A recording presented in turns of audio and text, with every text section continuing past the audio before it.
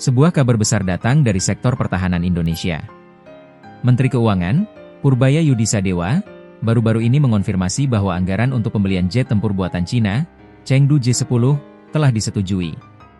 Nilai anggarannya tidak main-main, mencapai 9 miliar US$, atau sekitar 149 triliun rupiah. Keputusan ini akan menempatkan Indonesia sebagai negara ketiga yang mengoperasikan jet tempur yang di dunia barat dijuluki Vigorous Dragon ini, setelah Cina dan Pakistan. Chengdu J-10 dirancang sebagai jet air superiority yang tangguh, diklaim memiliki kekuatan setara dengan sistem generasi keempat milik Rusia dan Barat. Mengapa Indonesia memilih J-10 di tengah banyaknya pilihan global? Apa keunggulan aerodinamis Delta Canard tanpa ekornya? Dan bagaimana Indonesia akan mengatasi paradoks ketergantungan jet tempur Cina pada mesin Rusia? Dalam 20 menit ke depan, kita akan bedah spesifikasi, kemampuan, dan implikasi strategis dari akuisisi Chengdu J-10 oleh TNI AU.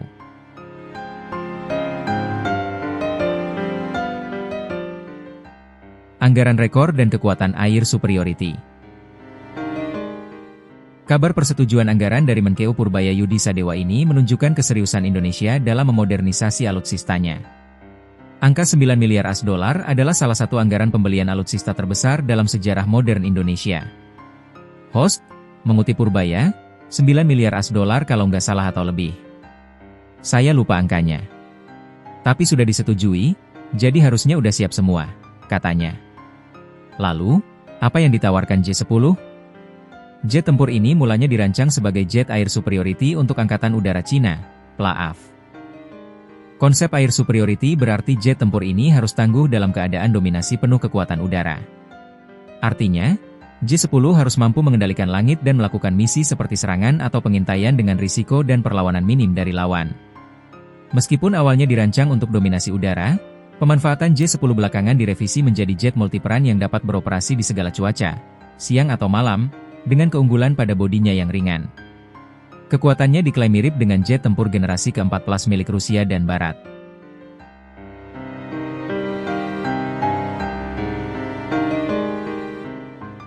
Desain aerodinamis, Vigorous Dragon. Kehebatan Chengdu J-10 tidak lepas dari desain aerodinamisnya yang unik dan canggih, yang dikembangkan oleh Chengdu Aircraft Design Institute, CADI. J-10 mengadopsi tata letak, Delta Canard tanpa ekor. Canard, permukaan kendali horizontal dimajukan menjadi canard di depan sayap utama.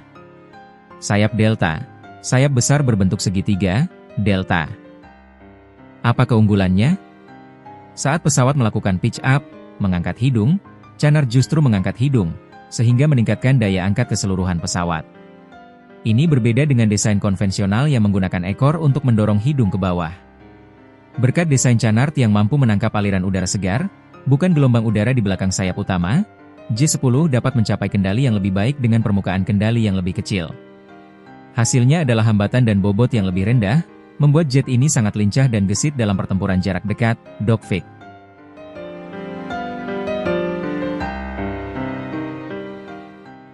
Paradoks mesin Rusia versus ambisi Cina.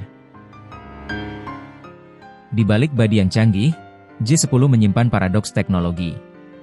Jet tempur ini ditenagai oleh mesin turbofan buatan Rusia, yaitu Lyulka Saturn Al-31FN, yang menghasilkan daya statis maksimum 11.700 kgf.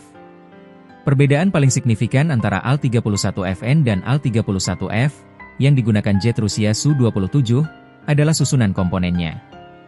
Al-31FN dirancang ulang agar muat di ruang mesin tunggal yang terbatas pada J-10.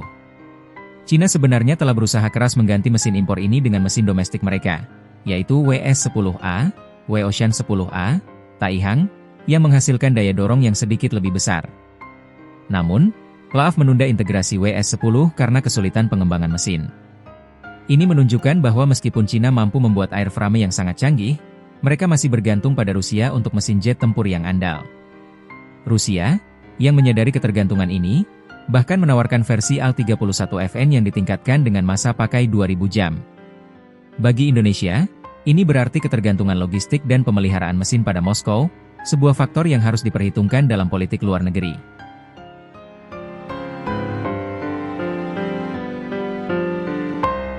Spesifikasi dan peran J-10 untuk TNI AU.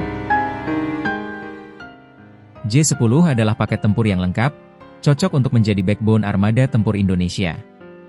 Persenjataan. Meriam tetap. Meriam laras ganda tipe 23-3 kaliber 23 mm, yang memiliki laju tembakan tinggi. Stasiun senjata. Memiliki 11 stasiun penyimpanan eksternal untuk senjata. Kombinasi misi. Untuk superioritas udara, J-10 dapat membawa kombinasi rudal udara ke udara jarak menengah, meraam, dan jarak pendek, seraam. Ia juga dapat membawa bom berpemandu laser dan bom luncur untuk serangan darat. Spesifikasi kunci. Kecepatan maksimum, Mach 1820, atau hingga 2.200 km per jam. Rentang maksimum, 3.200 km, memungkinkannya menjangkau hampir seluruh wilayah Indonesia. Sistem elektronik. Dilengkapi dengan radar pengendali tembakan multimode Riyad KLJ-10 dan perangkat elektronik canggih seperti POD pencari dan pelacak inframerah.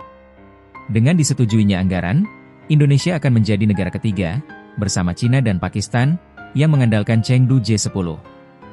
Ini adalah langkah besar dalam modernisasi TNI AU, menjembatani kesenjangan antara jet tempur generasi lama dan kebutuhan tempur generasi 4 yang serba digital.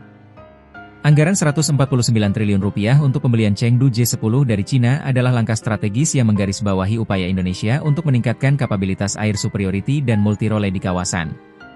Keunggulan aerodinamis J-10, yang mengadopsi desain Delta Canard, menjanjikan jet tempur yang lincah dan berdaya angkat tinggi.